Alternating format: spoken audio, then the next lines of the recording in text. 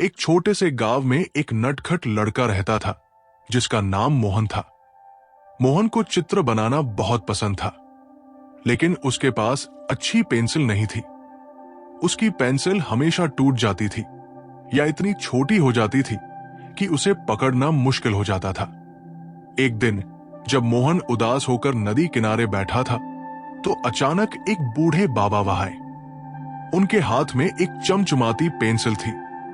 बाबा ने मुस्कुराते हुए पूछा, बेटा क्यों उदास हो? मोहन ने अपनी टूटी फूटी पेंसिल दिखाते हुए कहा, मेरे पास अच्छी पेंसिल नहीं है और मुझे चित्र बनाना बहुत पसंद है। बाबा ने अपनी पेंसिल उसकी ओर बढ़ाते हुए कहा, ये लो, ये कोई साधारण पेंसिल नहीं है। जो भी तुम इससे बनाओगे वो सच हो जाएगा। मोहन की आंखें खुशी से चमक उठीं। उसने तुरंत पेंसिल ले ली और जैसे ही उसने धन्यवाद कहा, बाबा गायब हो गए।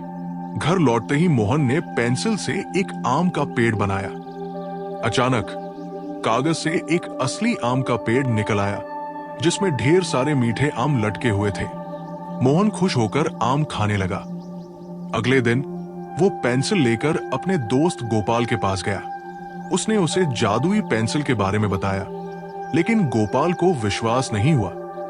मोहन ने तुरंत कागज पर एक पतंग बनाई और वो पतंग सचमुच हवा में उड़ने लगी। अब तो गोपाल भी हैरान रह गया और बोला, वाह, ये तो कमाल है, इससे और क्या क्या बना सकते हो? मोहन ने सोचा और फिर एक साइकिल बनाई। देखते ही देखते असली साइकिल उसके सामने खड़ी हो गई। दोनों दोस्त हंसते हंसते उस पर सवारी करने लगे। कुछ दिनों बाद गांव में मेला लगा। मोहन ने सोचा कि क्यों न इस पेंसिल से और मजेदार चीजें बनाई जाए। उसने एक बड़ा झूला बनाया जो सच में बन गया और सभी बच्चे उस पर झूलने लगे। तभी गांव का एक लालची गुब्बारे वाला ये सब देख रहा था। उसने सोचा, अगर मेरे पास ये पेंसिल हो तो मैं ढेर सारे गुब्बारे बना सकता हूं और खूब पैसे कमा सकता हूं। रात में वो चुपके से मोहन के घर में घुसा और पेंसिल चुरा ली। अगले दिन उसने पेंसिल से ढेर सारे गुब्बारे बनाए और उन्हें बेचने लगा। लेकिन जैसे ही वो पैसे लेने लगा, सारे गुब्बारे एक एक करके फूट गए। गुब्बारे वाला हैरान रह गया। उसने फिर कोशिश की, लेकिन हर बार गुब्बारे फूट जाते। परेशान होकर वो मोहन के पास गया और सच सच बता दिया कि उसने पेंसिल क्यों चुराई। मोहन ने हंसते हुए कहा, यह पेंसिल सिर्फ अच्छे कामों के लिए है।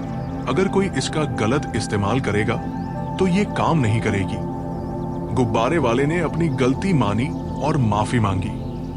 मोहन ने उसे सिखाया कि मेहनत से कमाए पैसे ही असली खुशी देते हैं। उस दिन के बाद गुब्बारे वाला ईमानदारी से काम करने लगा। मोहन ने अपनी जादुई पेंसिल का इस्तेमाल गांव में अच्छी अच्छी चीजें बनाने के लिए किया, जैसे बगीचे, झूले और किताबें। धीरे धीरे उसका गांव सबसे खुशहाल गांव बन गया और मोहन ने सीखा कि ताकत हमेशा जिम्मेदारी के साथ इस्तेमाल करनी चाहिए।